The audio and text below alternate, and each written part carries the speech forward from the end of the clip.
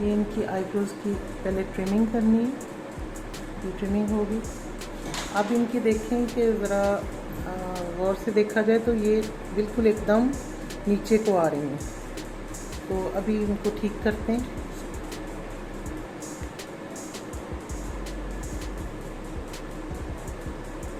ये बिल्कुल सीधा करना है, इसे सीधा धागा रख के।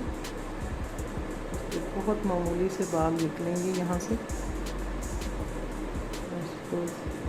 और यहाँ से बिल्कुल सीधे आपने ऊपर की तरफ ही रहना है। और जैसे ये हम एक उसकी शेप, आईब्रो शेप बना लेते हैं, उस तरह से आप देखिए ये निशान लगाया और इसके मुताबिक हमने करनी है।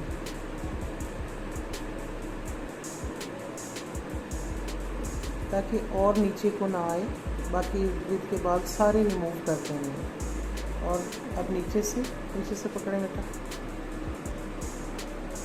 खींच के रखें। ये अब नीचे से अब गौर से देखें कि इनके जहाँ से मोटा था वो मोटाई हमने ख़त्म करनी है। यहाँ से हमने मोटाई सिर्फ सिरों से, बाकी सिर्फ नीट करनी है।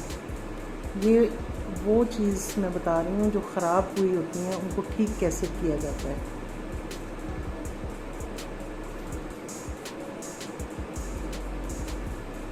अब ये सारी नीट करते जाएंगे।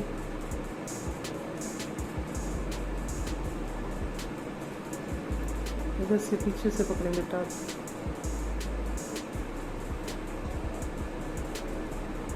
उधर आखिर से कनपट्टी से आप पकड़ें। हाँ, अच्छी तरह खींच के रखें और पूरा कस्टमर को गाइड करना है कि किस तरीके से आप इसको पकड़ेंगे। जितना खिंचा हुआ होगा उतना ही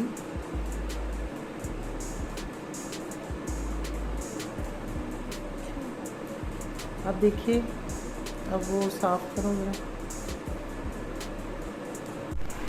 ये ट्रिमिंग कर रहे हैं, ये दूसरी साइड की है, ये भी बिल्कुल वैसे ही है। बिल्कुल आंख नीचे को लगती है, किसी ने ख़राब कर दी तो उसको हम सही कर रहे हैं।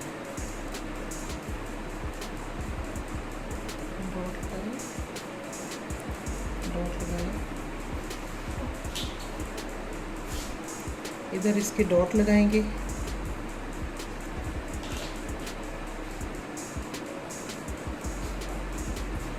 और उसी तरीके से इसको बाकी के मीट करेंगे।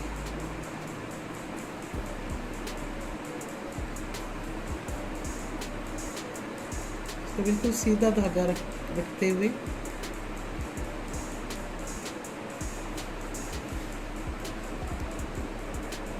हम मिडल में से करेंगे इसे नीट। और ये फासला, ये वाला फासला ज़्यादा नहीं होना चाहिए। ये बिल्कुल ऐसे, जितना ज़्यादा कम होगा उतना ही अच्छा लगता है। धागा रख के देखें कि इक्वल है कि नहीं। अगर उसके निकलेंगे 2-3 बाल तो पकड़े बेटा आप।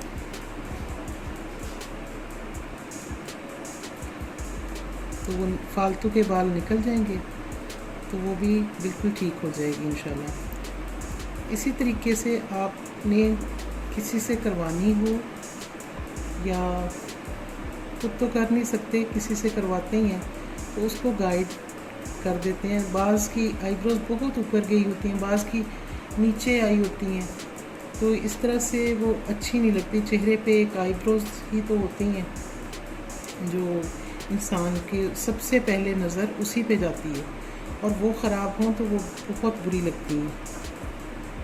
इनकी काफ़ी हद तक तकरीबन 90% सही हो जाएंगी, बाकी नेक्स्ट में हो जाएंगी सही। लेकिन पूरी कोशिश होती है कि सही की जाए और वो ऊपर को लगे, थोड़ी सी उसकी आर्च बने।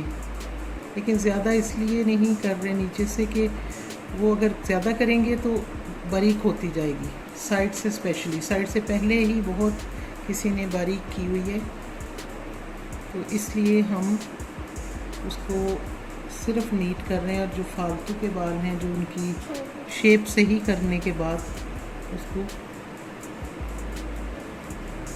नीट कर रहे हैं। तो ये देखिए, ये भी बिल्कुल ऐसे यहाँ के फालतू भी निकालें, ये वो, और ये 2 बाल भी निकलेंगे, ये वो पकड़ें बेटा, ये वाले, ये जो 2 या 3 हैं वो निकलेंगे, ताकि इसके बराबर बिल्कुल उसकी मोटाई हो जाए। आखिरी 3 एक एक बाल इस तरह से गिन के निकालना पड़ता है। उसमें ये होता है कि फिर बिल्कुल शेप सही होती है, सही बाल आपके आते हैं, और फिर नीट ही करनी पड़ती है। शेप एक बार सही बनी हो तो वही अच्छी होती है।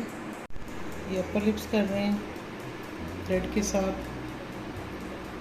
बालों की ऑपोजिट साइड पे आपने थ्रेड को चलाना है और थोड़ा सा सख्त करवा लेना, फिर सख्त कर लें। तो जिस तरीके से भी करें, हिलाएं नहीं बस। और आखिर में होंठों की लाइन के ऊपर भी थोड़ा सा धागा चला देना, ताकि वो बिल्कुल नीट हो जाए। और नाक के नीचे, नाक के बिल्कुल पास, बाज़ लोगों के नाक के बिल्कुल पास बाल होते हैं और बड़े बड़े होते हैं।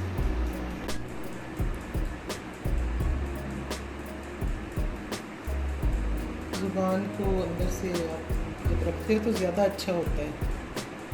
तो ये इस तरीके से आपने निकालने, और इसी तरह दूसरी साइड।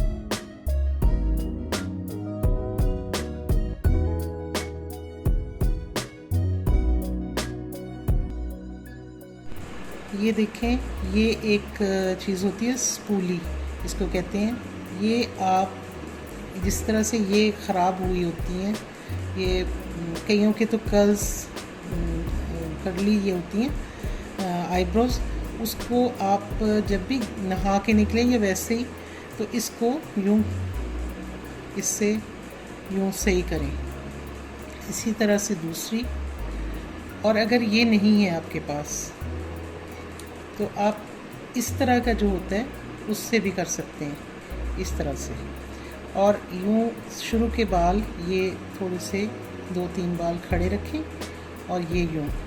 और इससे बड़ा फ़र्क पड़ता है, बहुत ज़्यादा फ़र्क पड़ता है इससे, और आप बड़े नीट लगने लगते।